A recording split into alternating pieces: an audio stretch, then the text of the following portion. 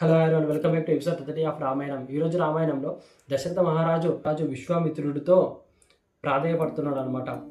అప్పుడు విశ్వామిత్రుడు, ఓ దశరథ మహారాజా, రాముడు పిల్లవాడని చెప్పి నువ్వు అనుకుంటున్నావు. రాముడు అంటే ఎవరో నాకు తెలుసు, వశిష్ఠుడికి తెలుసు. నీవు తండ్రివి కనుక నీకు రాముడి మీరున్న ప్రేమ వలన, పుత్ర వాత్సల్యం వలన నువ్వు రాముడు అంటే ఎవరో తెలుసుకోలేకపోతున్నావు.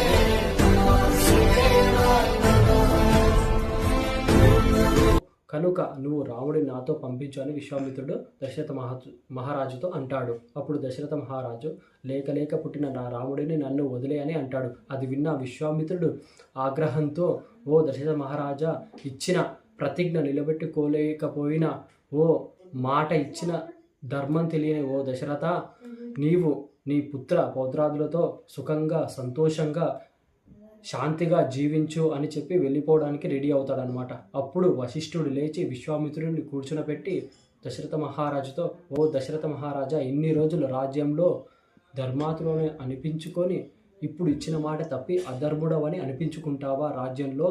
కనుక ఇచ్చిన మాట తప్పకు అని చెప్పి దశరథ మహారాజుతో వశిష్ఠుడు చెప్తాడు. అలాగే నీకు విశ్వామిత్రుడు అంటే ఎవరో తెలుసా అని వశిష్ఠుడు అడుగుతాడనమాట.